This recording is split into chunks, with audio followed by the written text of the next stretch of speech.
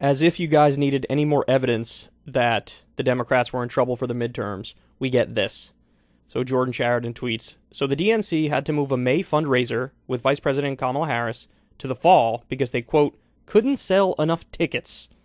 Tough sledding when even the donors aren't buying what you're selling. So here's what the article says. Vice President Kamala Harris was slated to host the Democratic National Committee's major money-hauling event, the annual Women's Leadership Forum, on May 25th and 26th. A natural fit given that she's the highest office-holding woman in American history. And when the invites were sent out on May 5th, it was hyped as an incredible opportunity to mingle in person after 2 years of virtual events and meetings. But the event was rescheduled at the last minute for autumn, when the event is traditionally held, after the DNC couldn't sell enough tickets, I'm told. Wow. Now, this might be because this particular demographic is like extra COVID conscious and they don't want to get COVID, but it also might be because there's zero enthusiasm for Democrats now and less than zero for Kamala Harris. Tickets for the event start at $250 per head for general admission, and the much-coveted photo line slots start at $15,000 and top off at $50,000. The highest-tier tickets in particular weren't moving quickly enough, and the organizers needed more time to build interest. Emphasizing that the event is typically held in the fall, even though invites were sent out for May 25th, DNC spokesperson Daniel Wessel countered that the vice president is a huge draw. Just in April, she held a fundraising event for us that brought in over $1 million. Wessel did not give a reason for the rescheduling. Okay. So, I mean, there's a lot of stuff to say about this. On the one hand, you could say it's a good thing because it shows that the donors, the big money donors, are like flaking out and not giving to the Democrats. On the one hand, that's good because I don't want any big money donors in politics. But also, on the other hand, it shows there's so little enthusiasm for Democrats and for VP Kamala Harris and the party that they can't even get their most trusted demographic, which is like liberal elite moneyed interests, to back them.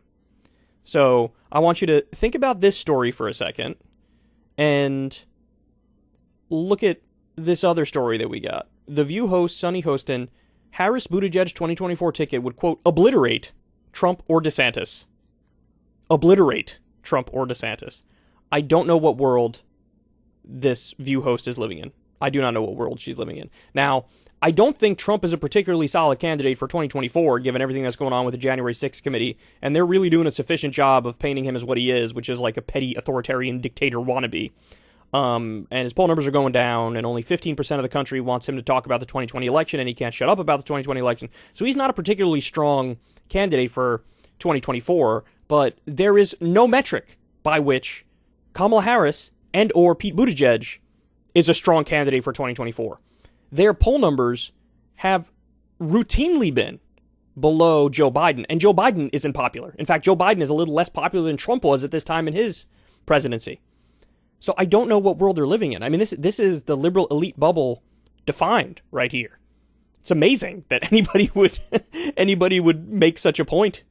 I mean, that's beyond comical. So anyway, I bet that, look, I honestly, I bet that this thing does sell out in the fall, but that's still not going to be enough to save the Democrats from their massive shellacking, which is coming in the midterms, which, by the way, was totally unavoidable if they just did solid policy. Was totally avoidable. If you got 2 or 3 parts of Build Back Better through, this wouldn't be happening.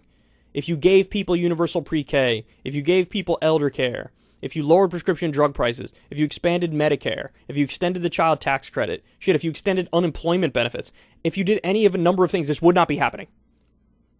But they didn't do it, and now this is happening. And they're looking in the mirror like, well, hold on, what's wrong with our messaging? It's not your messaging.